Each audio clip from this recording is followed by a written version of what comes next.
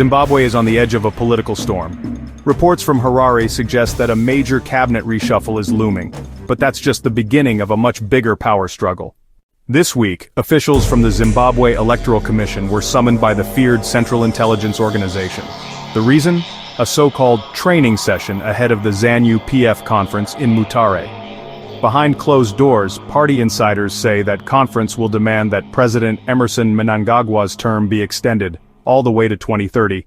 And how will it be done?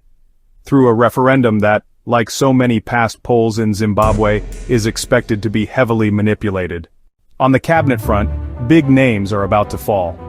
The current sports minister, General Anselm Mnangagwa, a known ally of Vice President Constantino Chiwenga, is reportedly on his way out.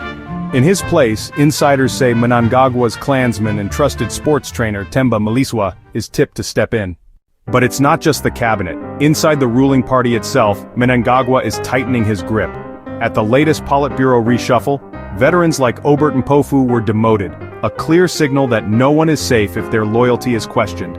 Other long-serving figures have been sidelined, replaced by younger, fiercely loyal officials whose main qualification is total allegiance to Mnangagwa's camp. This is a purge at the very heart of ZANU PF. And now, attention shifts to the military. Commander of the Defense Forces, General Valerio Sibanda, is facing possible retirement as soon as October. Officially, he is said to be too professional, but in Zimbabwe that phrase is code. It means refusing to bend rules for political leaders who want a compliant military. Mnangagwa, it seems, wants loyalty, not professionalism. At the heart of all this is a campaign to cripple Vice President Chiwenga.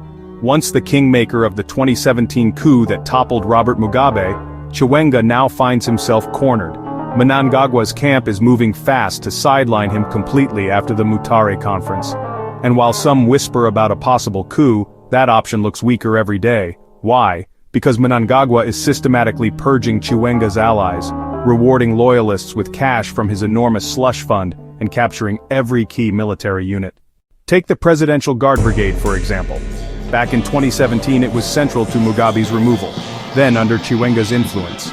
Today the brigade's commander's wife is openly campaigning for Mnangagwa's chosen successor, the powerful businessman, Kuda Tagwire. Mnangagwa himself has become so cautious that he has stopped traveling abroad. He even canceled his trip to the United Nations General Assembly in New York. Why? Because he fears that if Chiwenga becomes acting president in his absence, long-prepared dockets could be unleashed against his closest allies. Zimbabwe is once again at a crossroads.